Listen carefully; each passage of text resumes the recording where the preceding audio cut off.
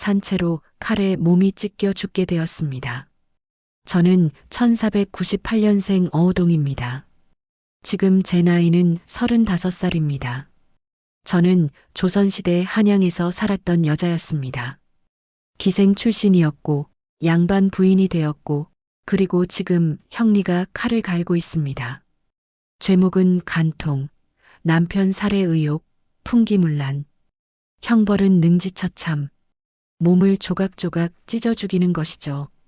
여러분은 이 문장을 듣고 어떤 생각을 하셨나요?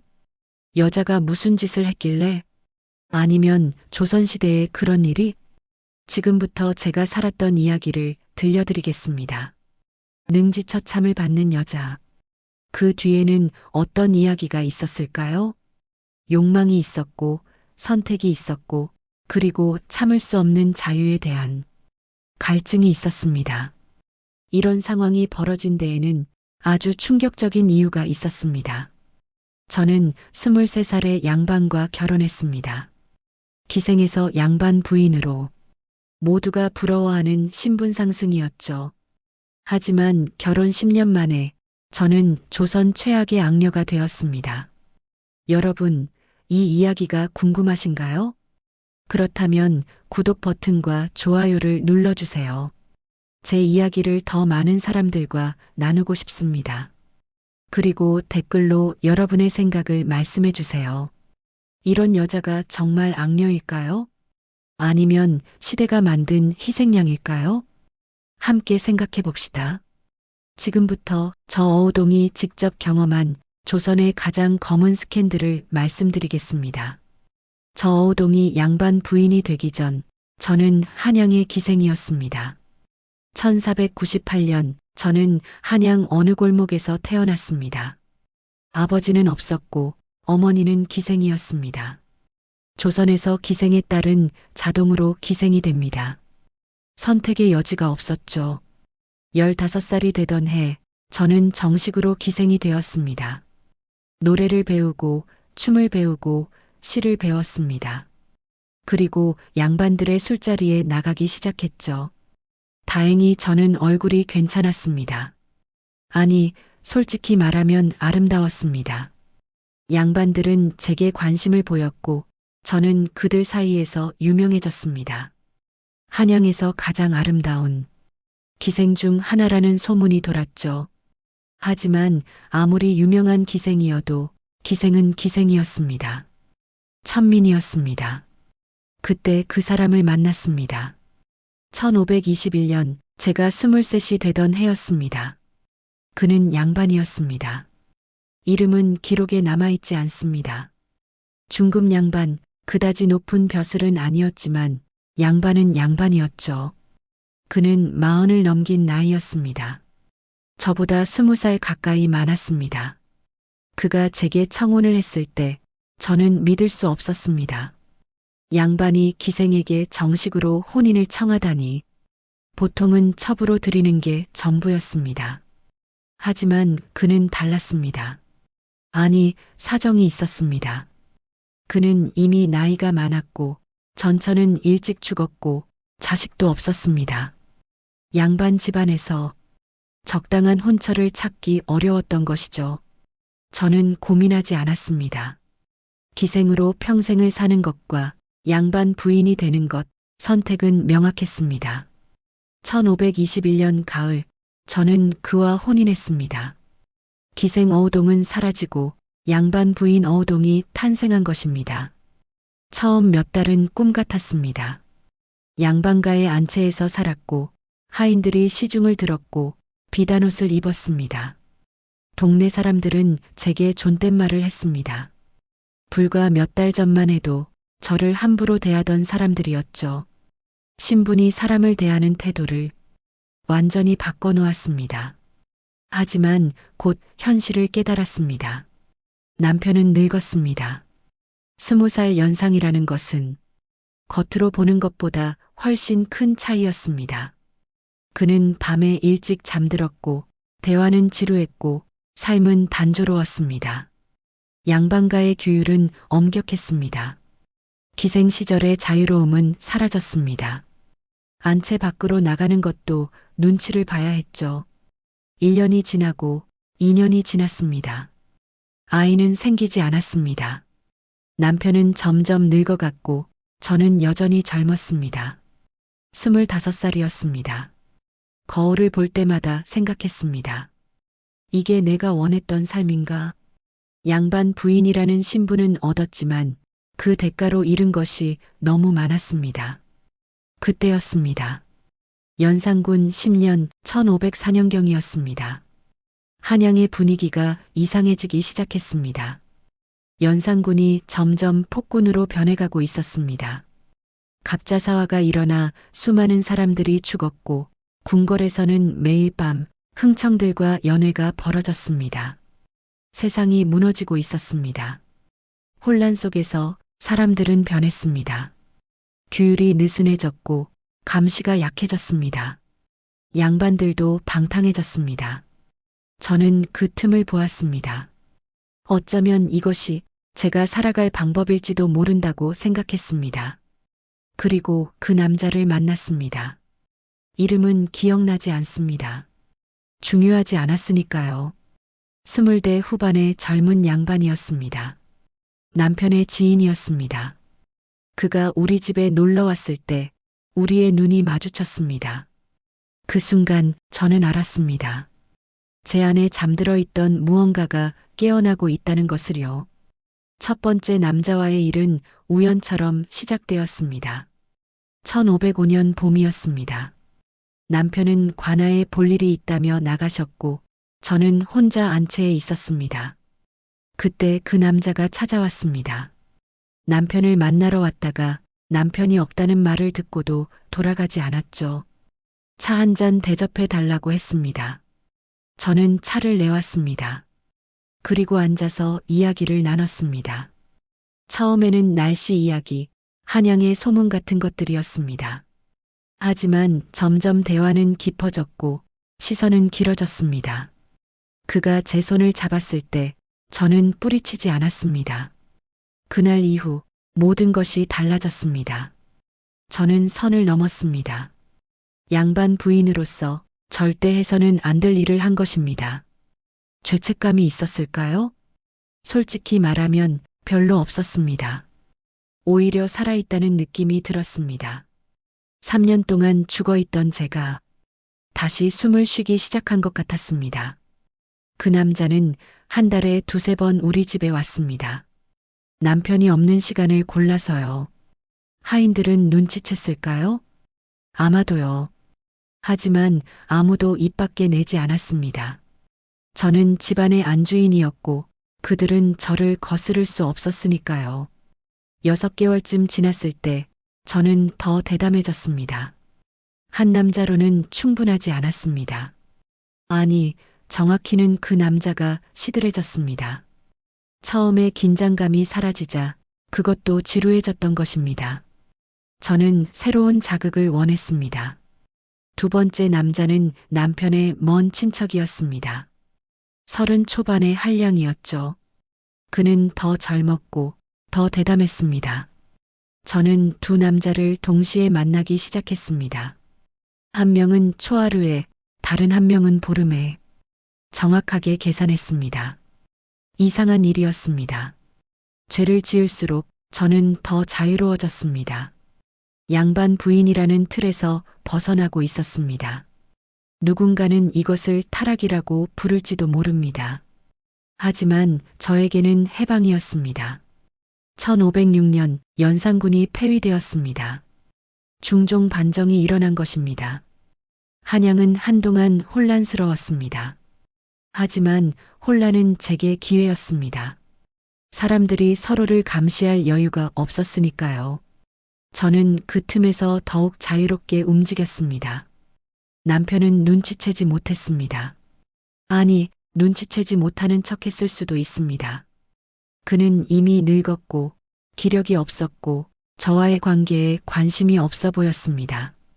어쩌면 그저 양반가의 체면을 유지하는 안주인이 필요했을 뿐인지도 모릅니다. 세 번째 남자는 제가 먼저 유혹했습니다. 장터에서 우연히 마주친 젊은 중인이었습니다. 25 정도 되어 보였죠. 저는 그에게 말을 걸었고 집으로 초대했습니다. 그는 놀라면서도 따라왔습니다. 양반 부인이 먼저 유혹하는 것을 거절할 남자는 없었으니까요. 이때쯤 소문이 나기 시작했습니다. 동네에서 수군거림이 들렸습니다. 저 집 부인이 이상하다더라. 남자들이 자주 드나든다더라. 하지만 명확한 증거는 없었습니다. 그리고 저는 여전히 양반 부인이었습니다. 함부로 말할 수 없는 신분이었죠. 1507년 어느 날 남편이 제게 물었습니다. 댁에 대한 좋지 않은 소문이 들리오. 혹시 무슨 일이라도? 저는 태연하게 대답했습니다. 무슨 말씀이신지 모르겠습니다. 저는 늘 안채에만 있는데요. 남편은 더 이상 묻지 않았습니다. 진실을 알고 싶지 않았던 것 같습니다. 하지만 저는 알고 있었습니다. 이 상황이 오래 갈 수 없다는 것을요. 언젠가는 들킬 것이고 그때는 큰 대가를 치러야 할 것입니다. 하지만 멈출 수가 없었습니다. 아니, 멈추고 싶지 않았습니다. 저는 이미 돌아갈 수 없는 강을 건넜습니다. 그리고 남편이 아프기 시작했습니다. 1508년 가을, 남편은 갑자기 병을 앓기 시작했습니다. 처음에는 가벼운 소화불량 정도였습니다. 밥을 먹고 나면 배가 아프다고 했습니다. 며칠 지나자 더 심해졌습니다. 구토를 하고 설사를 했습니다. 의원을 불렀지만 병은 나아지지 않았습니다. 한 달이 지나자 남편은 일어나지 못했습니다. 침상에 누워서 신음만 했습니다. 얼굴은 누렇게 변했고 몸은 뼈만 앙상하게 남았습니다. 의원들은 고개를 저었습니다. 원인을 알 수 없습니다. 그리고 2달째 남편은 숨을 거두었습니다. 동네 사람들이 조문을 왔습니다. 저는 상복을 입고 슬퍼하는 척했습니다. 눈물을 짜냈습니다. 하지만 솔직히 말하면 슬프지 않았습니다. 오히려 홀가분했습니다. 이제 저는 자유로웠습니다. 과부가 되었지만 그것은 문제가 아니었습니다. 장례를 치르는 동안 소문이 돌기 시작했습니다. 너무 갑작스럽지 않소?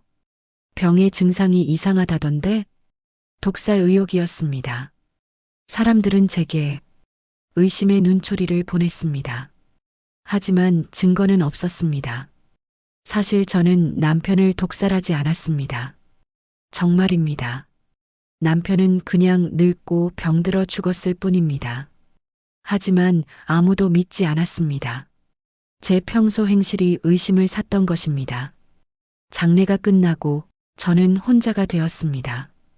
자식도 없었고 시댁 식구도 없었습니다.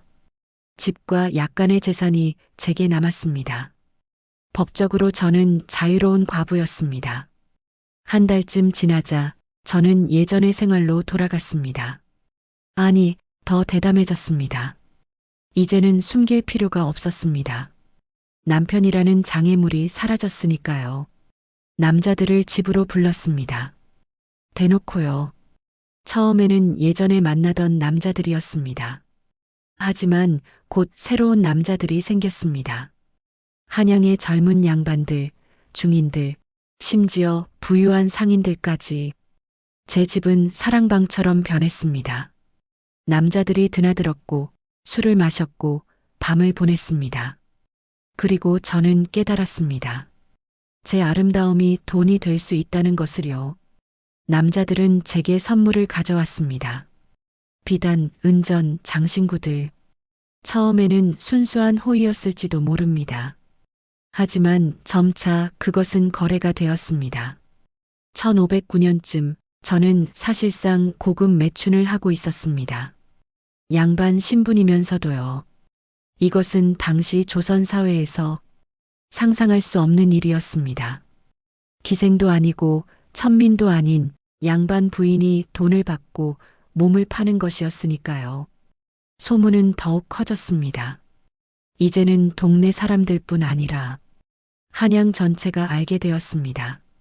어우동이라는 과부가 있다더라. 온갖 남자들과 관계를 맺는다더라. 제 이름은 한양에서 가장 유명한 이름 중 하나가 되었습니다. 그리고 어느 날 관아에서 사람이 왔습니다. 1510년 어느 봄날 관아의 관리들이 제 집 앞에 나타났습니다. 어우동, 간통죄와 풍기문란죄로 고발되었소. 따라오시오. 저는 놀라지 않았습니다. 언젠가 이런 날이 올 것을 알고 있었으니까요. 다만 생각보다 빨리 왔을 뿐이었습니다. 저는 조용히 따라갔습니다. 동네 사람들이 구경하러 나왔습니다. 손가락질하며 수군거렸죠. 저게 바로 그 여자다. 양반 부인이 저런 짓을 하다니. 관아에 끌려가서 알게 되었습니다. 고발자가 여럿이었습니다. 동네 양반들, 제가 거절했던 남자들, 질투에 눈이 먼 여자들, 모두가 저를 끌어내리고 싶어 했습니다. 죄목은 명확했습니다. 간통죄, 남편 살해 의혹, 풍기문란죄. 신문이 시작되었습니다. 남편을 독살했느냐? 저는 고개를 저었습니다. 아닙니다. 남편은 병으로 돌아가셨습니다. 하지만 아무도 믿지 않았습니다. 그렇다면 왜 여러 남자들과 간통을 했느냐? 이건 부인할 수 없었습니다. 그것은 사실입니다. 재판관이 물었습니다. 몇 명이나 되느냐? 저는 대답할 수 없었습니다. 정확히 세어본 적이 없었으니까요. 10명? 20명? 어쩌면 더 많았을지도 모릅니다. 침묵이 곧 인정이었습니다. 양반 부인의 신분으로 어찌 이런 짓을 할 수 있었느냐? 재판관의 목소리에는 분노가 섞여 있었습니다. 저는 대답했습니다. 저도 사람입니다. 욕망이 있습니다. 그 말은 재판정을 술렁이게 만들었습니다. 조선의 여자가, 그것도 양반 부인이 욕망을 입 밖에 내다니. 재판은 길게 이어졌습니다. 증인들이 나왔습니다. 제 집에 드나들었던 남자들, 하인들, 동네 사람들, 모두가 저를 고발했습니다. 저 여자는 악녀입니다. 조선의 기강을 무너뜨렸습니다. 본보기로 처벌해야 합니다. 사흘째 되던 날 판결이 내려졌습니다. 어우동은 간통죄, 풍기문란죄로 능지처참에 처한다. 능지처참, 몸을 칼로 찢어 죽이는 극형이었습니다. 역모를 꾸민 역적이나 폐륜을 저지른 자에게나 내리는 형벌이었죠. 여자로서는 거의 전례가 없는 형벌이었습니다. 하지만 저는 예외가 되었습니다. 예시로 만들어진 것입니다. 저는 옥에 갇혔습니다. 차갑고 어두운 감옥이었습니다. 며칠을 그곳에서 보냈습니다. 후회했을까요? 글쎄요, 잘 모르겠습니다. 제가 다르게 살 수 있었을까요? 양반 부인으로 조용히 살다가 늙어 죽는 것, 그것이 더 나은 삶이었을까요? 처형일이 정해졌습니다. 1510년 여름, 저는 형장으로 끌려갔습니다.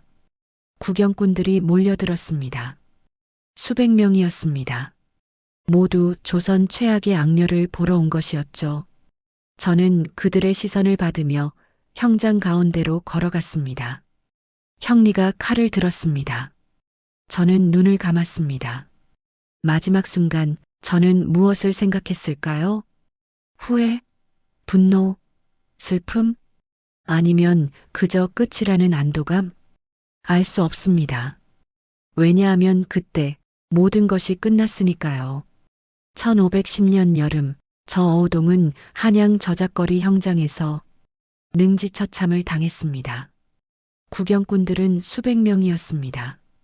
양반, 중인, 상민, 심지어 어린아이들까지 모두 조선 최악의 악녀가 죽는 장면을 보러 온 것이었습니다.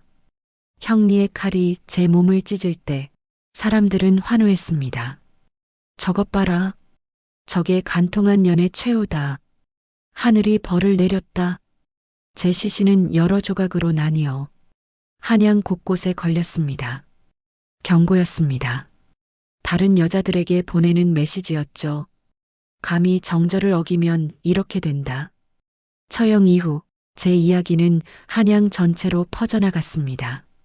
사람들은 술자리에서, 장터에서, 우물가에서 제 이야기를 했습니다. 어우동이라는 여자가 있었다네.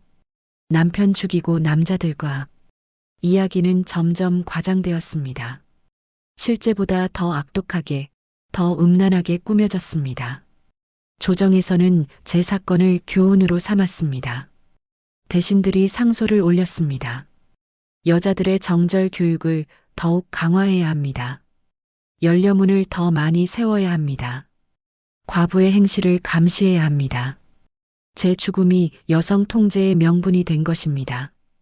그런데 이상한 일이 벌어졌습니다. 제가 죽은 지 몇 달 후 제 집에 드나들었던 남자들은 어떻게 되었을까요? 아무 일도 없었습니다.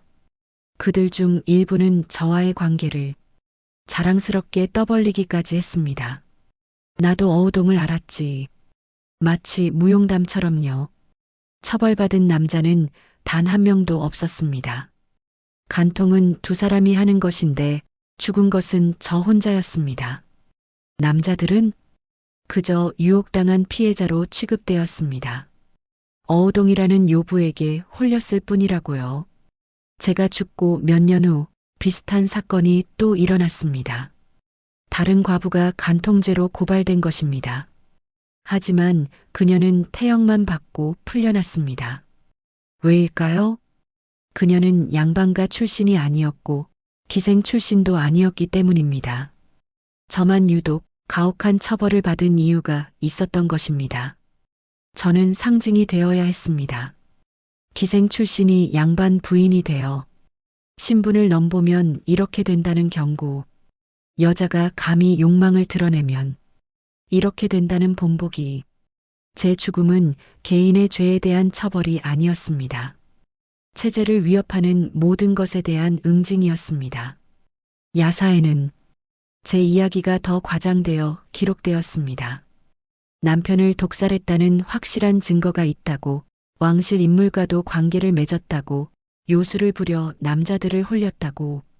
진실은 중요하지 않았습니다.